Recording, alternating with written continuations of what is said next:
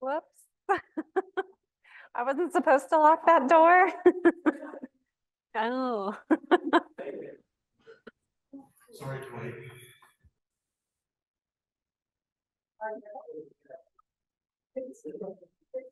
It's good for me to be late for a change, huh?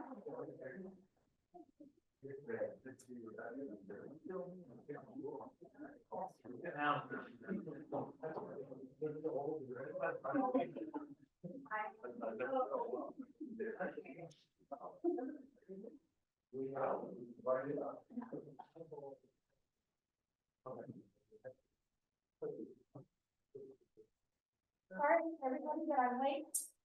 Do we have one review? And so.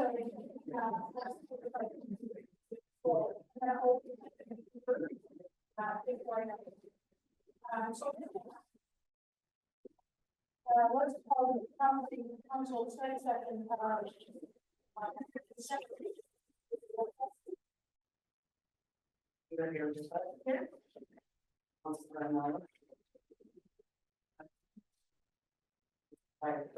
Here, Here. here. Here. Here. Thank you, Tony. Item number 2 on the agenda, review of regional provisions regarding camping on public spaces. Staff report.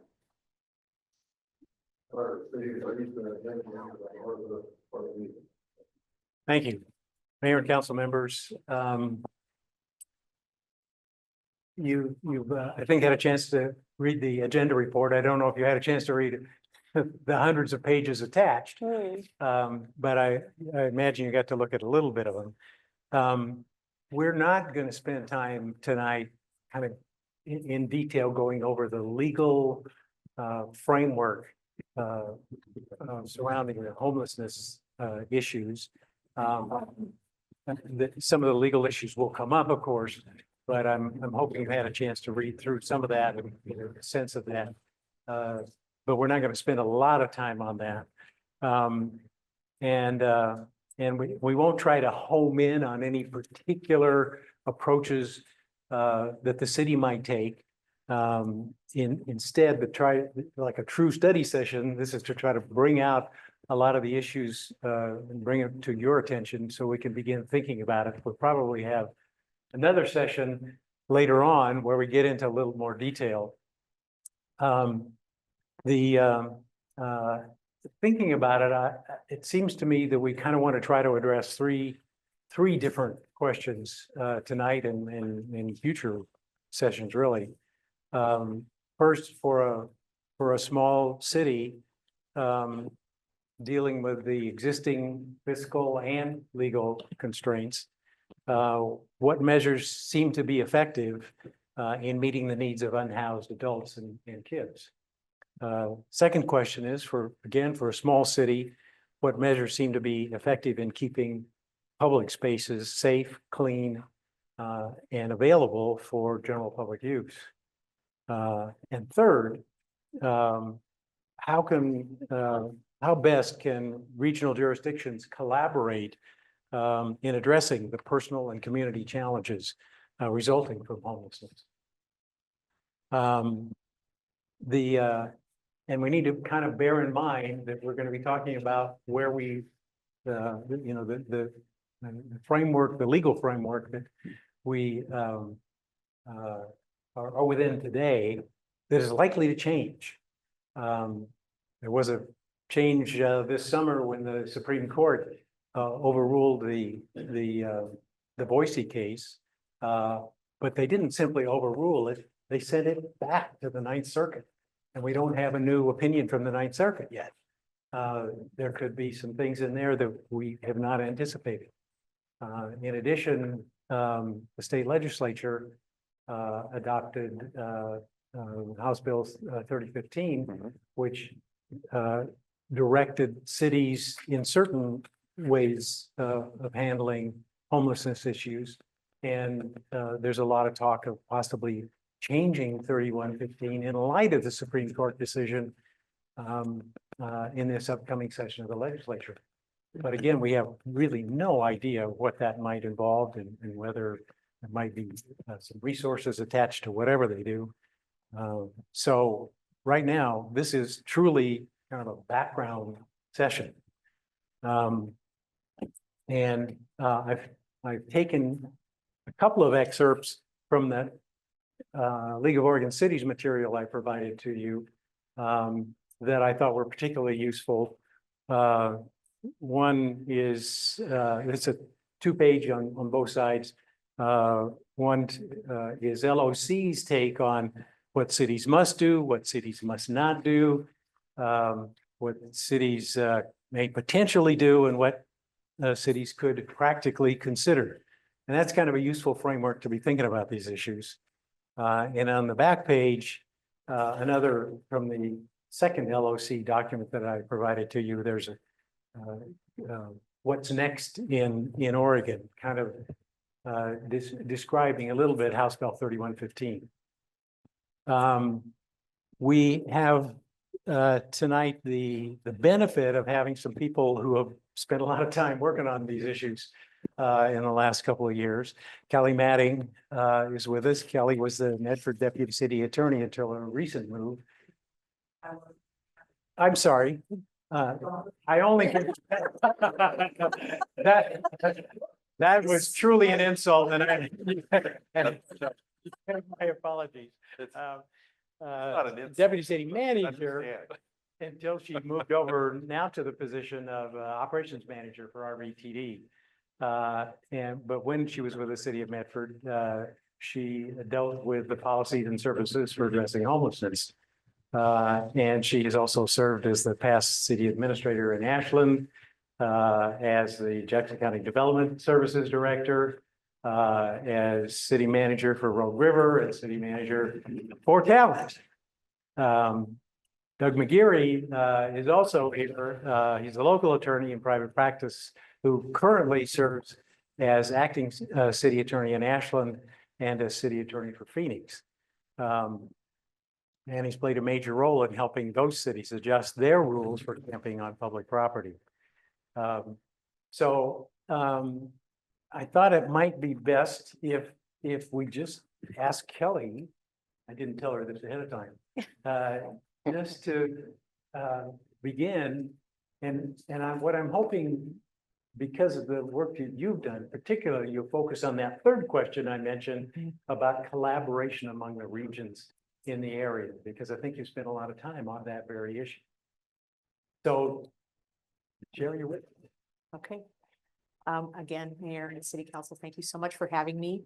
I'm going to speak. I'm not speaking on behalf of the City of Medford. I don't work there anymore, and I'm not speaking on behalf of RVTD because they provide homeless resources to people, but not in the way that the City of Medford did or our local homeless service providers. So I'm just going to kind of speak about my experience the last 5 years working on homeless issues and kind of what the landscape of that is, kind of what it has been and what it is currently.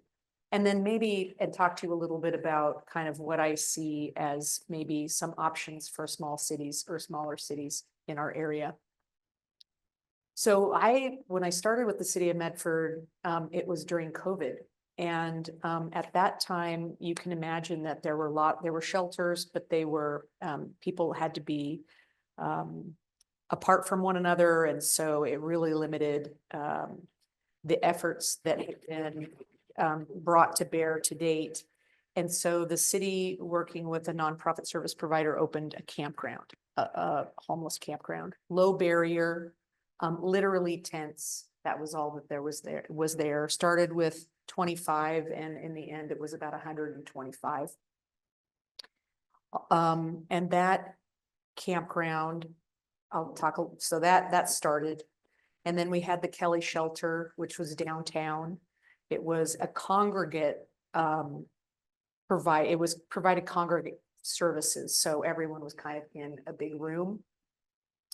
And that was, I think, about 50 to 60 people after COVID kind of dissipated and there wasn't the social distancing required.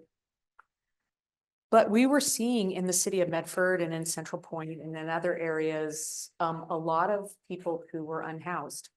And that seemed to be growing, and that population was primarily single people and primarily single men. If you'll notice in our campgrounds and those kinds of areas, there aren't a lot of families and aren't a lot of families with children. They are served by Maslow Project and a variety of other nonprofits. And anytime there are kids involved, there's a lot of there are a lot of services brought to bear so that children have a place to be. But what we were seeing on the Greenway was more and more unhoused people. And then things started to evolve. The city got money when the governor declared homelessness an emergency. A lot of money came through the state to what's called the Continuum of Care Organizations, so the COC, which exists. It's a Jackson County COC, and Ashland sends people to the meetings. There's a meeting once a month, the county, the city of Medford. And the city ended up taking money, and we bought, and Senator Golden provided some money to buy some land.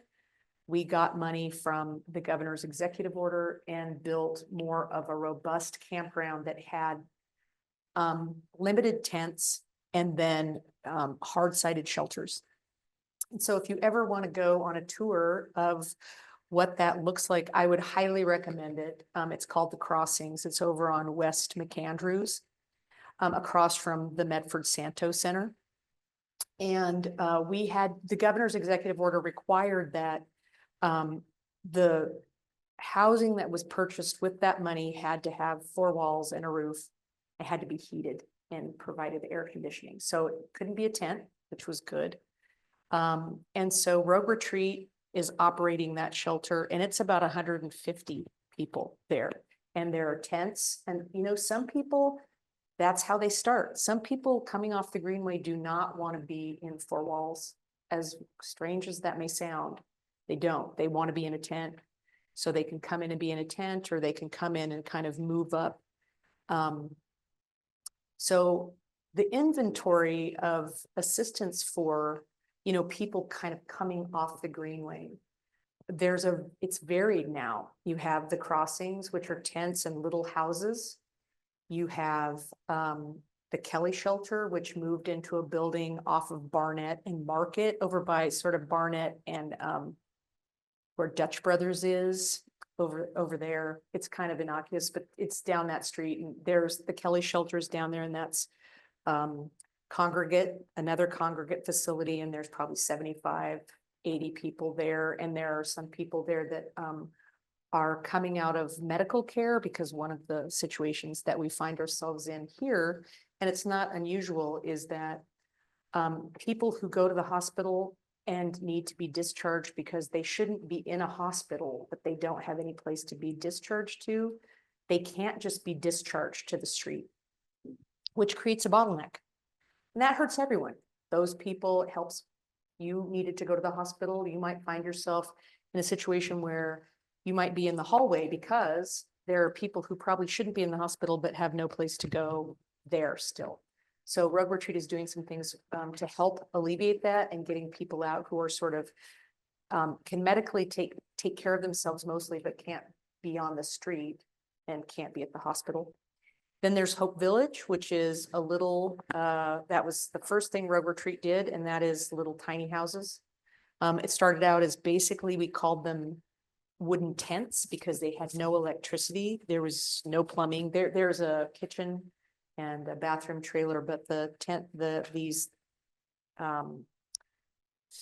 these wooden structures didn't really have anything. Now they have solar and they have electricity, which is really nice. So those are the things that Rogue Retreat provides, and they provide really the low barrier kind of environment in Medford. So someone comes and, you know, is still using drugs or alcohol, they can go there. There's not a requirement for sobriety. And there are components of mental health associated with those facilities as well, because the Venn diagram of people like who are on the Greenway, who have mental illness and who have substance use disorder is almost like, it's almost the same circle. And so that's where if, our Medford livability team were to talk to someone who was on the Greenway, probably they would say, you know, do you need some help? Would you like to go into, go into housing, go into even the crossings? That's where they would go. The sheriff's department does the same. And there are other, don't get me wrong, there are other places where those who are unhoused go, that some go, there are some hotels that have been rented by Access, that people can go into a hotel room in Medford. But primarily if you're on the Greenway and you want to get some help and you do it through a livability team officer or something like that, more than likely you'll go to the crossings or to the Kelly shelter. Yes. Do you know if those two or any of those that you mentioned allow pets or dogs Yes. specifically? Yes, they both do. You know, in fact, the Kelly shelter has a dog kind of washing area. But you know, your pets have to be well behaved and those kinds of Right. things, but yes, you can absolutely have pets. The other thing that happens, and it's happening this time of year, is is that the city of Medford with Access provides a severe weather shelter.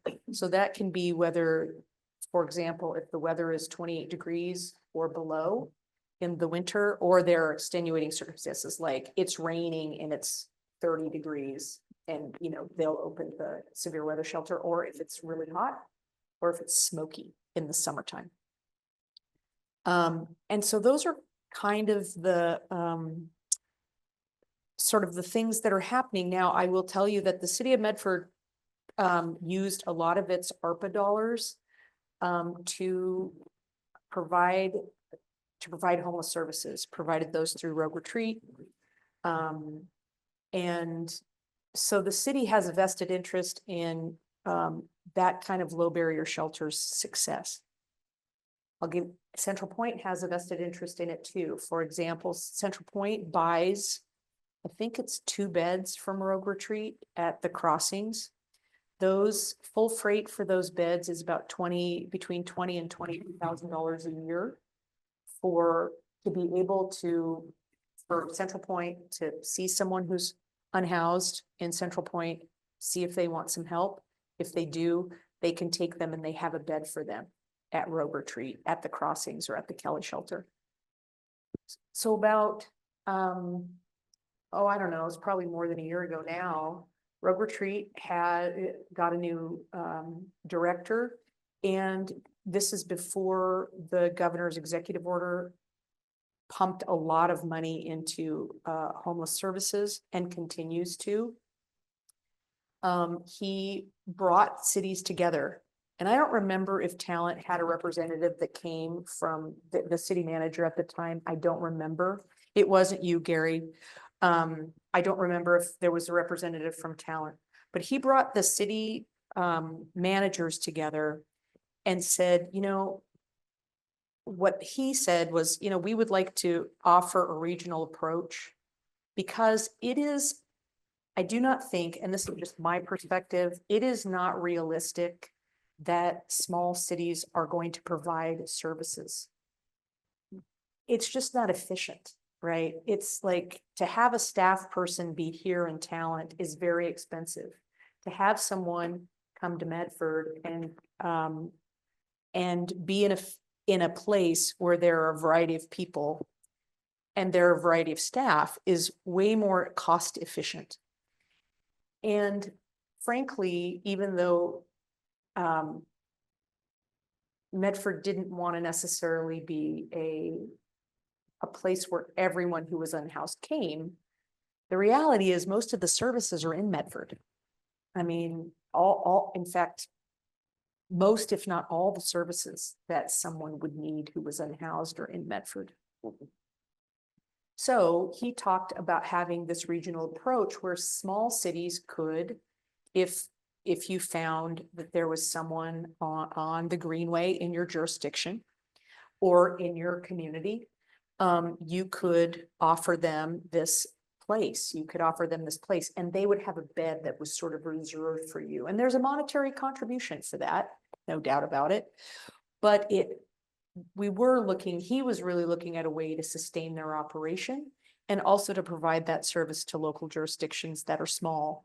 Because in my opinion, at some point, I think a small jurisdiction is likely to get sued if you aren't providing any services and you're sort of moving people on. I'm not saying that Talon is doing that, but I'm sure that is happening in the Ninth Circuit area. And the two court cases, Boise is a big city in Idaho, and Grants Pass, while it's not a big city, is certainly bigger than a lot of the cities in Oregon, right? Most of the cities in Oregon are, 7,000 people and less. And it would be difficult for any city of the size of Talent or Phoenix. It's even hard for Ashland to be able to provide services. In fact, it's probably, I wouldn't say impossible, but would be very expensive and very hard. So if you were looking for a way and you wanted to engage in a regional discussion about how you could engage as a regional partner in homelessness, I would suggest that you call Rogue Retreat and or go send a representative to the Continuum of Care board or the Homeless Task Force. And I can send all that information to Gary. So if you wanted to participate, you could. Just to clarify, when you refer to he, you're referring to the head of Rogue Retreat, and his name is Sam Engel. Sam Engel. Right. And it's I will tell you, that organization almost failed. And it has come back very, very strong, and they do a very good job. In fact, I just met with him yesterday. And I told him I was coming to talk to you all. And he said, when I was at the city of Medford, Rogue Retreat's track record was about 30% of the people that were at the campground moved on to some like transitional housing or sort of moved out. With these little houses that are there, people who are moving like from the tents to these little houses or from the Kelly shelter to the little houses and then moving on, it's like a 70% success rate of people moving into transitional housing. And that is amazing. I was stunned that was the statistic. Because it takes a lot for people who are on the Greenway, who have potentially mental illness and who have substance use disorder, to be in a place where they can move up into permanent housing. Sometimes it's a big step and they need a lot of support. And there are lots of jurisdictions, lots of agencies in our area that are doing really good work. I will tell you, 2 years ago, I had this group from Portland come down and they wanted to tour Rogue Retreat, and they did. And they said they were from like Multnomah County, because at that time there was a lot of tax money coming into the Portland area and they weren't able to spend it. And everything wasn't getting out into the community to help. And she was like, how did you do this? How did you do this down here? We could never do, we have been trying to do this for 3 years. We don't have anything like what you have. And I said, first of all, before I tell you how we did it, I think for you guys, you're paralyzed by listening to a bazillion people and you can't get anything done and you want it to be perfect. We just decided to do it. I can't describe it. It's like, how did you do it? Well, we just did it because we saw a need and we have great community partners here. It's one of the things about this area that I tout, that we have great partnerships here. And so, like I said, if you wanted to engage more or talk more about this, certainly I would suggest that you talk with Rogue Retreat, talk to Central Point, see how they're doing what they're doing and those kinds of things. And I'm open to questions now or later. Could you clarify a little bit? What the police department and how you encounter somebody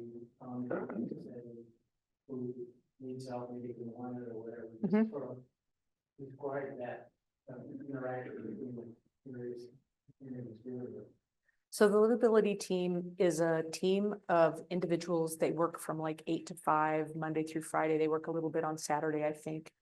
They are not connected to their radio in the sense that they don't take calls. So if someone needs a police officer, they're not responding to those calls because they have a job. They're out on the Greenway. They pretty much know everyone out there. They work with social service providers. They will come down to the Greenway with social service providers. Many of those social service providers don't want to go on the Greenway by themselves. So they'll take them down and offer services. They connect people to services and they know all the services. I mean, the livability team knows Rogue Retreat, they know Access, they know Maslow, they're tied in. And for a while with the campground and the Kelly shelter, the campground in particular, you couldn't get in the campground unless you were like vetted by the police because they didn't want because there were some situations where there might be people who weren't well suited and the police would kind of know that. Now, there are some downsides to that. There will be people that say, I don't want to deal with the police. It's a traumatic experience for me. But there are plenty of social service providers that go down on the Greenway to offer people services. And at this point, given the time that the livability team has been in existence and been down on the Greenway, I would say that there's probably no one on the Greenway, at least in Medford, who doesn't know that there are services available to them. There are people that don't want services, but anyone who wants services can pretty much get them. You may not be able to get everything all at once, but you can, if someone says, I'm ready to get off the Greenway and go into the Kelly shelter or in the crossings, they can pretty much get a bed. Yeah, it leads to my question, what's been the occupancy rate for those facilities? I'm assuming sometimes they've been full, and sometimes they have less people, or? Sometimes the Kelly shelter, which is the congregate facility, is full. They move people around and they move people up through the process.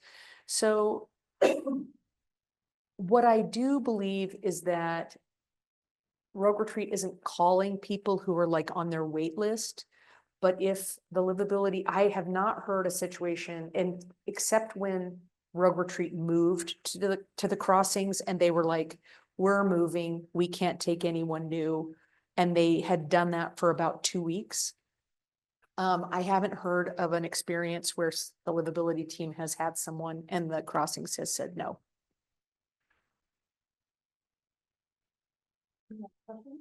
Yeah. One is the livability team the only way that people get into these shelters? Not anymore.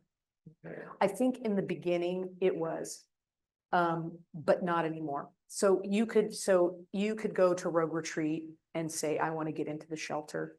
Now, they're probably going to call the police department to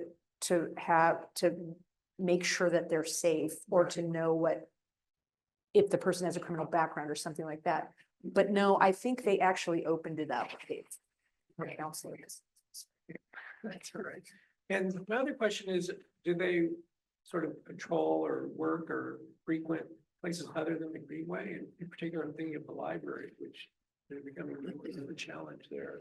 In fact, there's so many people that are, what's the word they use?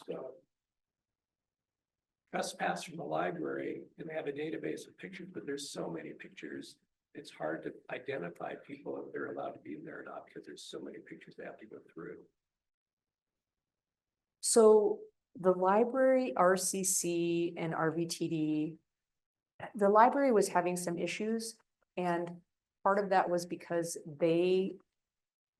and this is pretty typical of libraries, right? Throughout history, libraries are a place where they serve people. And so they were, and it kind of grew too big for them. And there was some stuff going on that wasn't good. So they have good security now, RCC and RVTD have good security. Are there still issues? Yeah, probably, but not nearly as many as there were.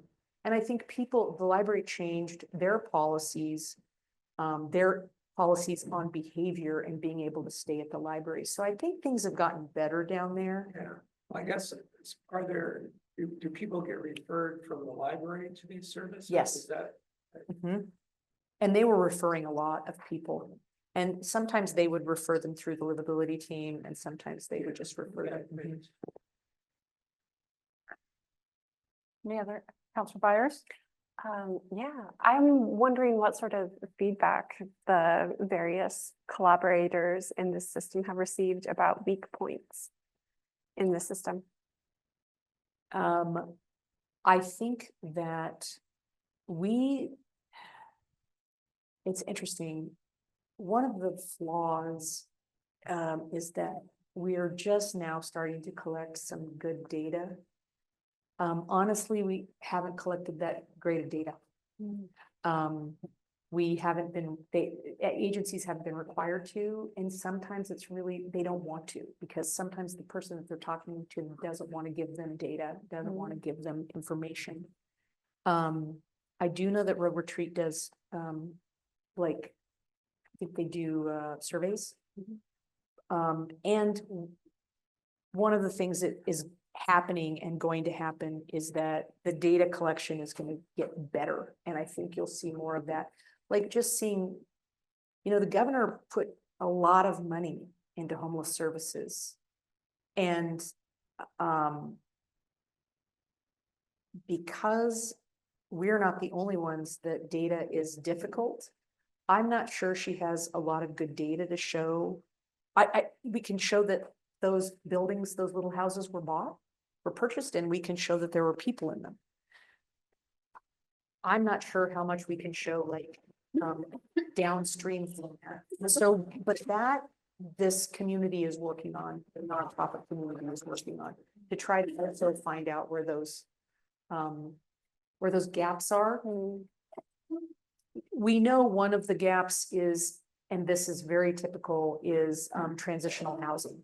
So, and permanent supportive housing, because a lot of money has been pumped into shelters.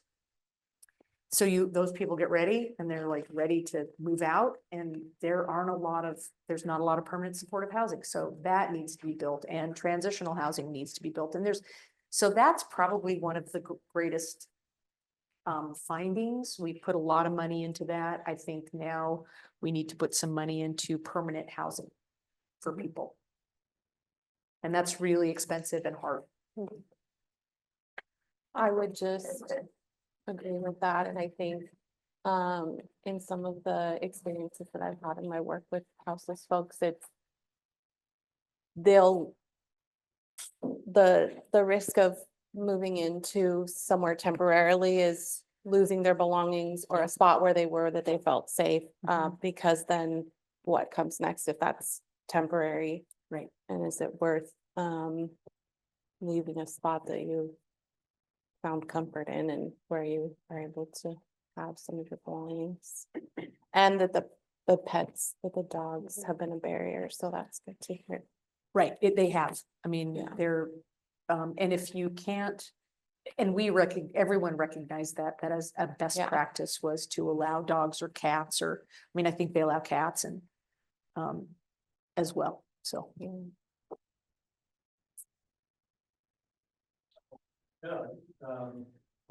Ashland has gotten a little bit of safe, not they've been, like what Medford is at, you know, when provide kind of the services Medford can do over there. We've been wrestling with this for quite a while. And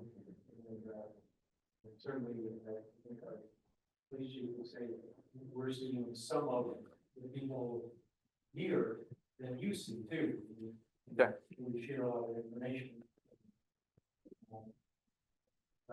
Work together, yeah. Your challenges are a little bit different because you don't have all the services. When you talk about what's going on in Akron. You bet. Well, it's not just Ashland, it's Phoenix. So we're surrounding you guys, and so let me kind of start by just making some comments. Medford has done an incredible job. And how that happened, I'm not sure exactly either, except that you have a genie in the bottle sometimes when things just seem to kind of start gelling and working together, and they had a vision as they could see what was going on. And I think your comment that when you're overwhelmed with the numbers of people that you're doing, you're just reacting. If you're a city that's just reacting to these things, you're not going to have as good a plan to deal with it. That City of Medford had a population that was agreeable to it, and had enough money to be able to see, okay, we might be able to afford to do some of these things. And so there's a number of reasons why you were, I could, you know, my opinions would be why you're doing it, but some of us, like City of Ashland, has really struggled. They have a different population, there's different expectations, there's different advocacy that's going on there, and there's just different expectations. City of Phoenix has gone through this with hardly escape. I mean, it doesn't have anything. No one is there. They don't, for whatever reason, for right now, knock on wood, there just hasn't been any, you know, that kind of issue. I don't think they've had one homeless issue since when I've talked to the chief. But that doesn't mean it's not going to come, and it comes here too. It's all coming, and that's kind of what happened, I think, with Ashland, was it is in a place where okay, so let me back up a little bit further. I was born and raised here. Okay, I went to Phoenix in town, and played basketball against you guys, and it has changed immensely. I mean, this whole area, obviously, in just the last, like you say, last 10 years, it's incredible. And I was a prosecutor. I was at DA's office, and we didn't deal with camping, but we dealt with, you know, I was dealing with misdemeanors and those types of things, and the population that has changed, and the mental health issues that have changed just since I stopped prosecuting in 2000 in the criminal, well, in the DA's office. I took over at the county, and just in the 10 years after the county, I was doing the county council and those types of things. The amount of change that occurred in the types of people that we were dealing with, I was talking to defense attorneys saying, what's going on here? I'm coming back to some municipal things. I was working at the Ashland at the time and doing municipal, and I was just seeing all of this mental health issues. This isn't, I don't remember any of this when I was at the DA's office from 10 years before. So there was huge changes starting to happen, and it's just started overwhelming Ashland in particular. I should also say that while I was at the county, I was the one that created your Greenway ordinance for camping itself and the whole ordinance. They didn't have an ordinance for the Greenway. So I contacted the attorney here in Ashland, Central Point, and Medford, and we all agreed. And so I wrote the ordinance, and we all basically adopted.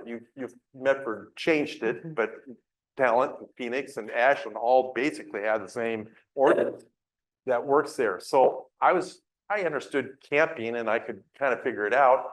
And I knew that the state had a rule about how to remove people from camping. I was aware of that, and they changed that in this last House bill, and I'll get to that in a minute. But the fact is that I've been aware of the issue, and I come from it from a prosecutor's standpoint. I've always been a prosecutor. But I think anyone who's ever worked with me, I'm telling you, whether it's defense attorneys or with even defendants who I've had to, deal with, I believe that I've always been honest with them, and I understand where they're coming from. This is not just criminals. This, people doing things do a lot of different reasons. And there's no monolith as to who a criminal is. There's no monolith as to who homeless people are. You might have a couple different groups of them in terms of, yes, the Venn diagram, but I guarantee you there's a Venn diagram of about 50 circles of all these different people. And they don't always want to be around each other. It's a very complicated, issue. And when you're dealing with camping, it just gets incredibly complicated. I was in Washington, D.C. last year in April, as it was, when the Supreme Court was making its final decision the argument was happening in Washington, D.C. I was in there that same day. So I was live streaming. I couldn't get in. There was too many people standing in line to get in. But that's what I think it was Souter, one of them said, boy, this is a really complicated issue. I mean, it is. So what you're addressing is a very complex issue, one in which, as a prosecutor, I'm not just trying to put people, violate them. I'm trying to figure out how to do this, because really removing someone from or punishing someone for camping, and that's what you're going to be talking about, is a camp ordinance. Okay, so this is what you're really dealing with. Is it's not, there's a whole different reasons for having an ordinance, and it's not just punishment, it's a deterrence, it's a prevention, and it could be punishment. So when you're looking at an ordinance, don't just think of it as, oh, we're punishing someone, because that's not what I want to do. I just want to stop the problem. And that's what your citizens want. It's not that they want to punish someone, they just don't want this condition to exist. It shouldn't happen. And I agree. I think we all agree. There's no one wants it. So, so from that standpoint, you've got a very complex issue, and one in which you cannot, and I'll disagree with you. I don't think any city this small can handle it by themselves. Oh, no, I don't There's- either. Yeah, you said you might be able to, or whatever. Yeah. There is just no way. I even think that Ashland can't do it Oh, by right. itself. You do need to be able to partner and be able to, and the way I'm trying to coordinate my ordinances is to coordinate with other groups, because I don't want people who are just getting pushed out of Ashland to coming here. We have to have a way of dealing with what their condition, what their symptoms are. And it's not it's not a matter of punishing, it's a matter of getting them to where they need to be. And on your street is not one of them. And in your, and in dangerous places or near other dangerous people, which is exactly what you're dealing with when you're dealing with people out there just trying to find any place they can, and they could be right next to someone that you would never want to be around. So it's a matter of trying to find, and this is the most amazing part, is how many of these wonderful social workers are out there talking with them. So they really do get to know, even though their faces are so many of them, you have officers and who also are kind of there too.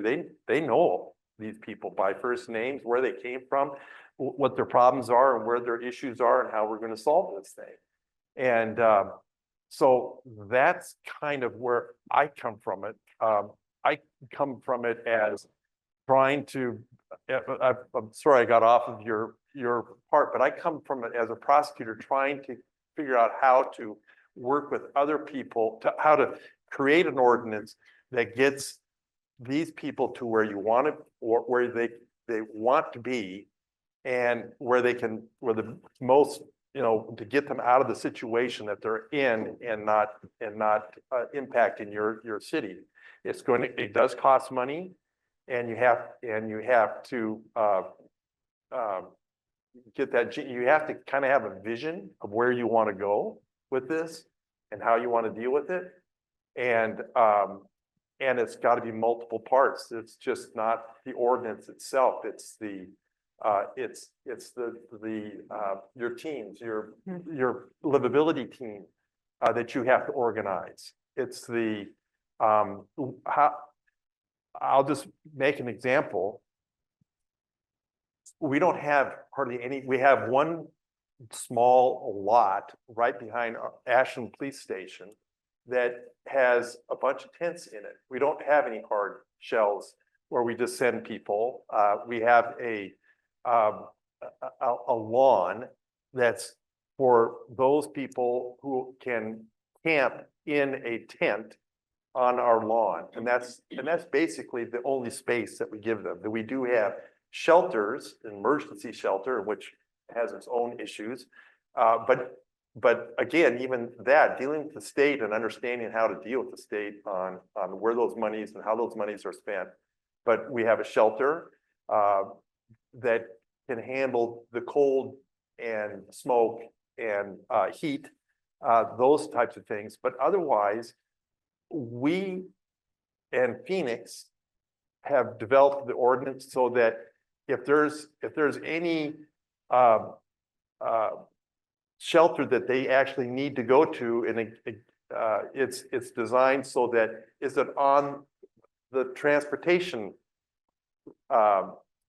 is it available by bus essentially? Because if it's available by bus, then there is, a place for you to go, and we would need to have that kind of partnership to get those people to wherever they need to go. I have a question around that. When you mentioned the holding of the beds through Central Point, I assume that's so that there's space, but I also would assume that like if a talent police officer could also refer someone to, if there was space, that they could refer them to a road retreat center in Medford. Yes. And then maybe at some point we're getting there. Could we hear from the chief about like currently what would happen if what happens in these situations Yes, here? so for instance, in Ashland, our officer, like I said, will know lots of different people. And it doesn't take long for them to find out who these people are. And if they're a vet, our Ashland officers drive them all the way out to White City and get them to those facilities. That's something they do. They will provide you a token to get on the bus, go to a facility here if there's a facility available. What we need to do is, and this is my opinion. I should also say I work for City of Phoenix. I work for City of Ashland. I'm not representing them. I'm just, again, like Kelly, I'm just explaining my experience. My opinion is that, and my advice actually to the City of Phoenix is you should do what Central Point is doing, and they haven't had the need yet, but they should be talking to a road retreat and making sure that there's a bed available if in fact there is one of those situations where someone is in need. We still have our ordinance that was built prior to the decision that was made by the Supreme Court. And it's also designed according to the state law that's in place now. But we actually define what homeless is, whether or not do you have any money, and if you have no money, do you have any money to be able to afford a shelter? And if you do not, then you're involuntarily homeless. And so in our ordinances, we define, because if you don't define it, the courts will. And so we've defined certain things in our ordinances that are pretty specific in the event that we are ever facing that kind of challenge. So we define what you're required to remove property and have it stored. And so the state has stated that does the property have utility? There's one other word or something in that. Well, that's never been defined by the courts before. The last thing I want my client to do is be facing the court and having the court define what that means. So in our ordinance, we've defined it. So we know what property we're required to store and what property we're not required to store, because people can have 3 shopping carts full of stuff that are we required, I don't know that the city of Talent has money to be paying for storage for those kinds of things, if in fact it comes and suddenly you're overwhelmed with a whole with a number of homeless. So For 1 second. Of course.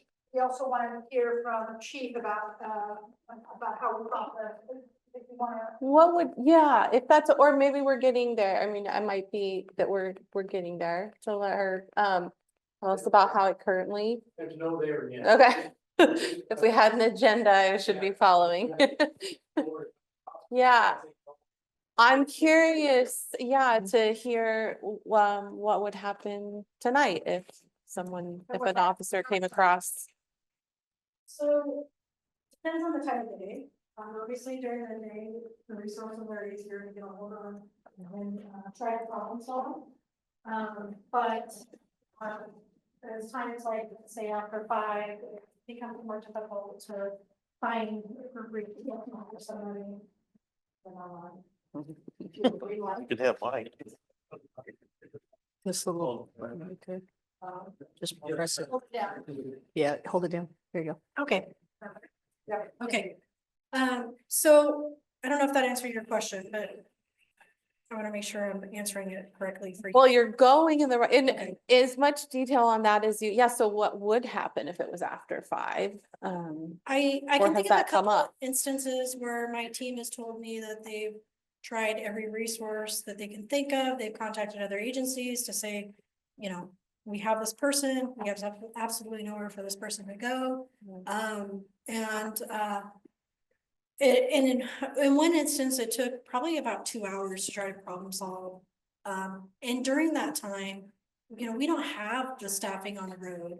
And so it literally tied up one of our team members for 2 hours, just trying to determine where a safe place for this person to be. And eventually we were able to determine a place and they were taken to Ashland. But that's not always the case.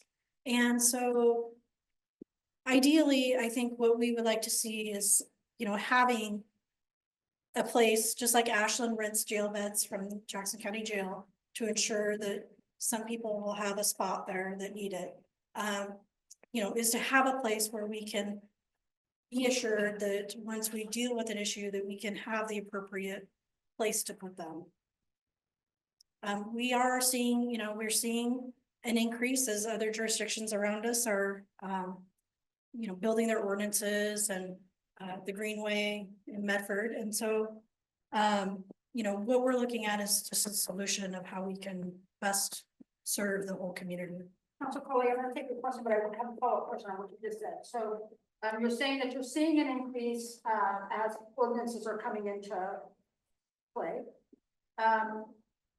It's the timing of that increase relative to the timing of them enforcing their new ordinances? Like what, how are you measuring that, if I could ask?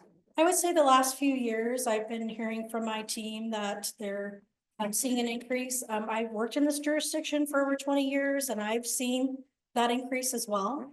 What Mr. McGarry talked about is, and Kelly as well, is, we have a portion of our homeless people that are drug addicted and have mental health issues, and we're seeing an uptick in that. And there are people that aren't connected to our community. They're just coming to our community and they're pretty vocal about saying that, well, you guys don't do anything here, so that's why we're here.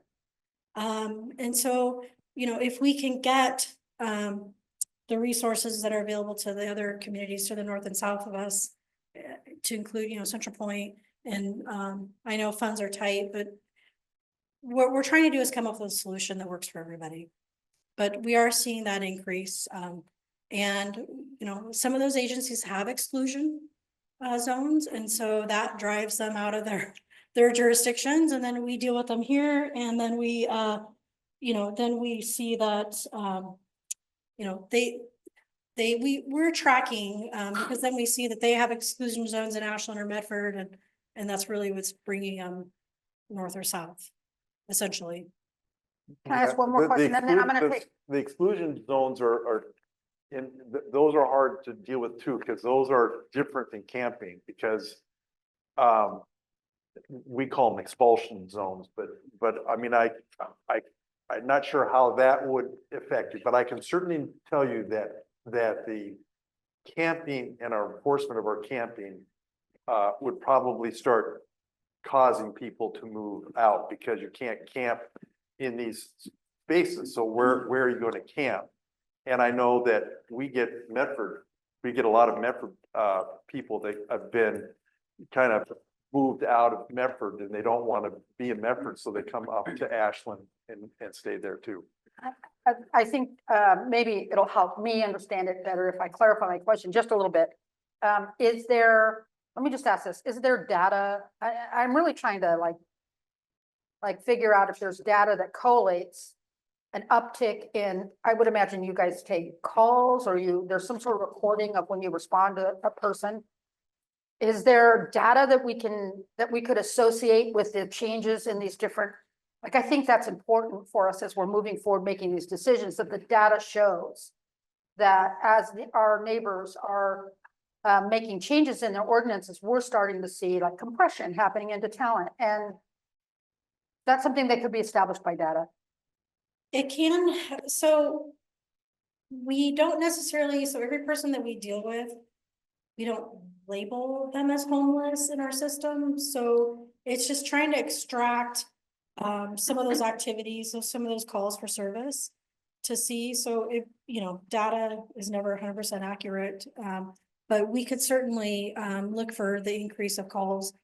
What we've seen is, especially the last few years, is that increase. And then we deal with the same person, consistently for like a week. They try to, businesses will call us because they have installed cameras because they're having problems. And then they call us because they're trying to establish camp in front of their business at night. And we'll, ask them to move along because it is private property and somebody doesn't want them there. And so then we'll deal with them consistently for about a week, and then we won't see them for a few weeks, and then they'll come back. And so it's, and our officers are offering them services and explaining to them about Rogue Retreat and all the services that are available. We do give bus tokens as well. Our officers are very sympathetic. I have officers that are taking them clothes on the Greenway. I mean, we're sympathetic to what's going on, but we also I hear from a lot of the community members that are, frankly tired of having their yards entered at night and, stuff stolen out of their vehicles at night, and specifically around the Greenway. That makes sense. And I appreciate, and I totally trust the anecdotal evaluation, because you have been in this community so long. I feel like as we're assessing this particular situation and our ability to address it with some concrete solutions, having some data would be really helpful. Yeah, and I also, I always used to say is, well, we don't have that problem here. And we didn't, but now we do. Yeah, and it's, we can show that it's compression from these other ordinances. Okay, I'm gonna go ahead and take Coley, and then if anything, comments that you want to make, Kelly. Councilor Coley, did you have a question? Yeah, you had mentioned like one of these interactions took multiple hours to deal with, and it sounded like part of that was maybe a lack of a place to go, but also is there a lack of time of the current personnel, because the only people in town that are interacting with homeless people are the police, or that are getting them those resources? It sounds like Medford has the police and then a livability team, which is different. I'm curious if you have any insight to, if there were resources, is this something that the police could continue doing, or is there a need for some sort of regional livability team, something like Cahoots up in Eugene? So, yeah.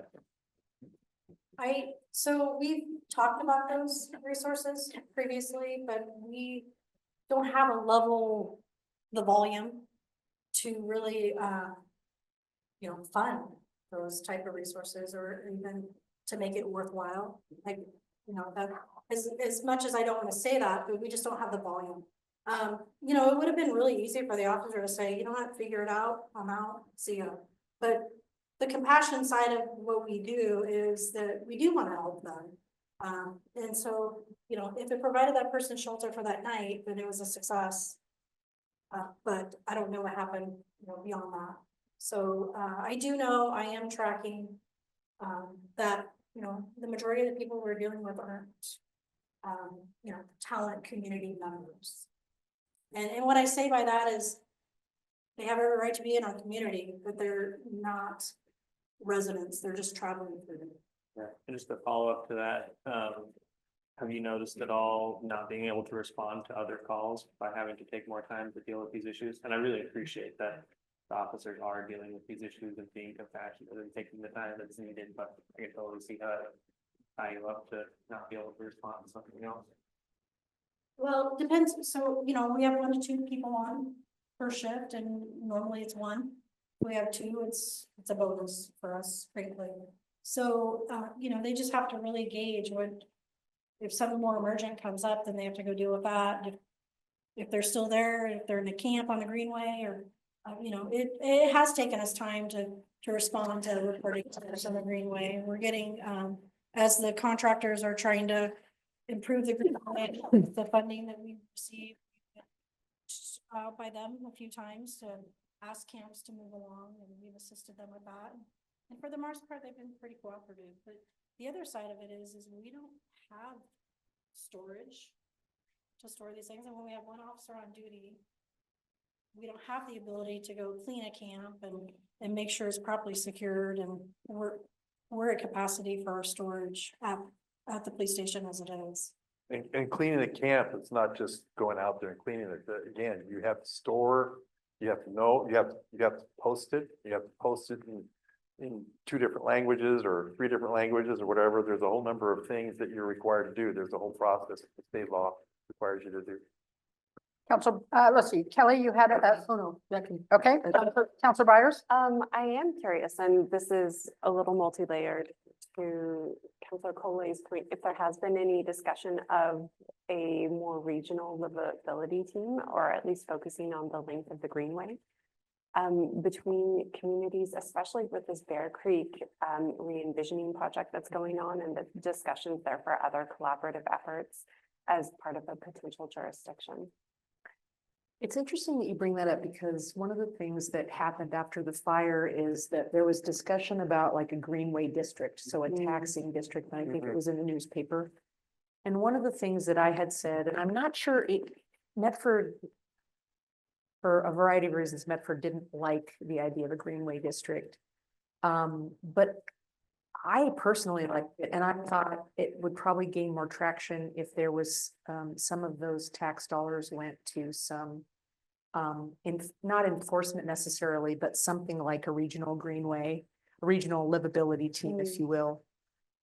Because one of the things that was happening was people, you know, at the time, a year ago, being on the Greenway wasn't a great experience for a lot of people.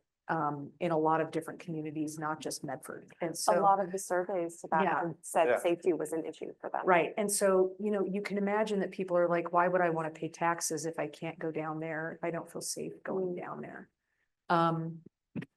So I think there's been that discussion. Now, I'm not sure where the taxing district has gone, It's still working on it. and I'm glad. Yeah, they did a presentation. okay. I actually ended up asking the same question, because you're precisely right. The biggest issue was safety for most people on the Greenway. And their response was kind of strange, because all they were talking, the biggest concern when they were talking about it was how they were going to manage the vegetation and all those other things, but they really didn't talk about how it was going to be, enforcement on it. And again, I sorry to, I don't want to toot my horn, but when I wrote the ordinance, if you read it, I wrote it as with an understanding or a thought that it was going to be a district. I wrote the thing with the idea that you need to have an entire, all these different jurisdictions need to work together. That's why I asked everyone, because I knew how you can't have someone patrolling and then enforcing Talent's law and then getting to Phoenix and then enforcing Phoenix's law or whatever. They all had to be the same. And so I always kind of thought it was going to be a district.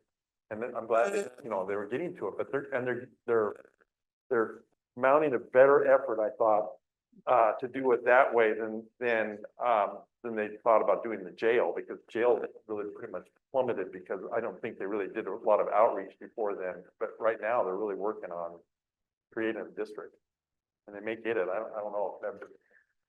I hope they, well, I hope they do. And I think that that's I don't know if it's too late to have that dialogue with the county and say, you know, really what we need is we need a mechanism for some patrol, or, you know, what that looks like. The livability, That was in the presentation. It was, I mean, they referred to them as Greenway Rangers, basically, Yeah. but, Right, Yeah. but to me, this seems like an even more intentional layer to add to that. You know? And they did sound like they were open to more suggestions. Mhm. I think it was pretty clear they weren't seeing it as a done deal, Right. they want more directions. Yeah. So I agree with you. One of the things, Mayor, I was thinking about is that and it's such weird timing, every December/January, they do what's called a point in time count. So there's a variety of people that go out into the community, like on the Greenway, and do a count. The federal government requires it. And so I don't know if they delineate communities and say, yes, in Talent, there were this many homeless people, and then because they do it every other year. And so the county has data on, does the population of homeless go up or down? And it's not, I don't think it's terribly accurate, but there is some data. The other thing that the city of Medford does is they do a count of camps. And they do that I think it's every quarter or every 6 months, to get an idea of, you know, Medford put in the previous, not last year, but the 4 years before that, Medford probably spent $20 million on homelessness. With all the money that we got from the state, the money that we got from the feds, the money that Medford got. And so it was like, well, let's see if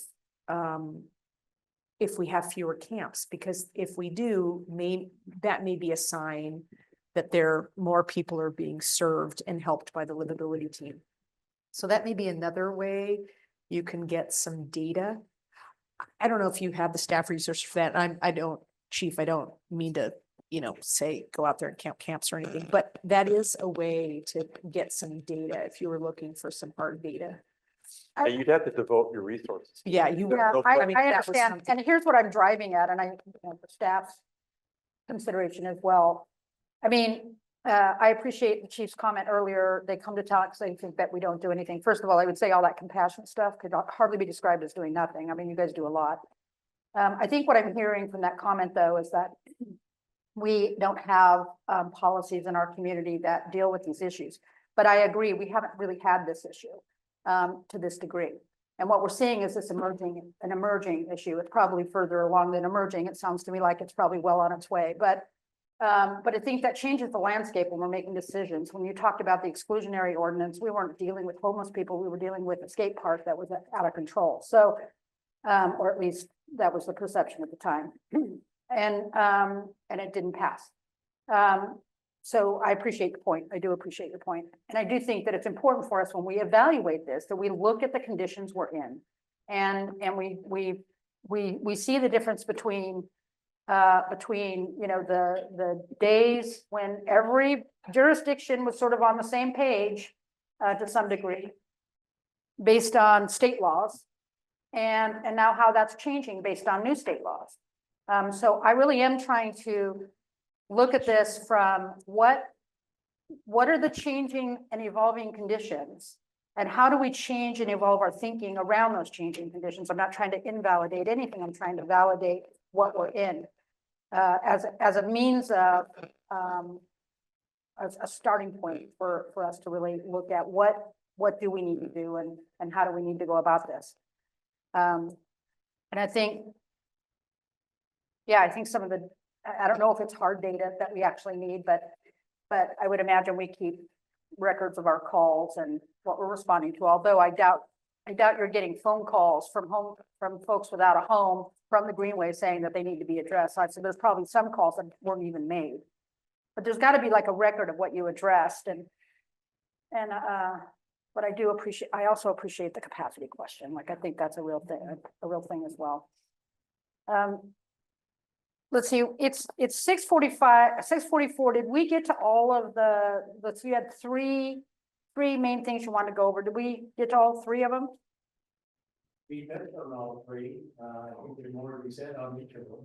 I think we accomplished what I was hoping for, just getting some ideas down on the table and some appreciation of how complex the whole issue is. I think if there's nothing else, I just would like to close with a comment about study sessions.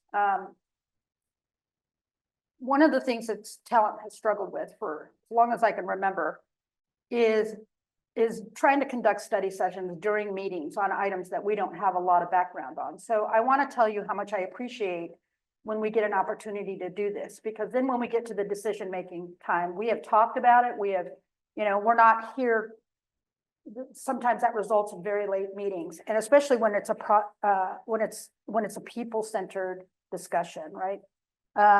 So I hope that this has been very productive. We've learned a lot, and I appreciate that we're going to learn more, but I hope what we get out of this and move forward into 2025 is doing more study sessions, because I just find that during council meetings, if we don't have a study session on something that's big, we end up having a study session during the council meeting, and it just burns everybody out. I've said many times over the years, the superpower that Medford and Ashland has is that they do study sessions, and they come to their council meetings prepared to make decisions on some level. At least prepared with the background to make a decision is what I actually mean.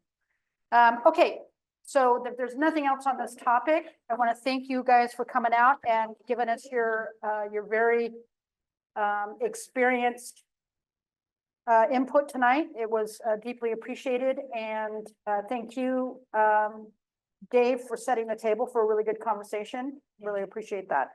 So with that, if there's nothing else, I'm going to adjourn the study session and give everybody a 3-minute break. Convene the council meeting.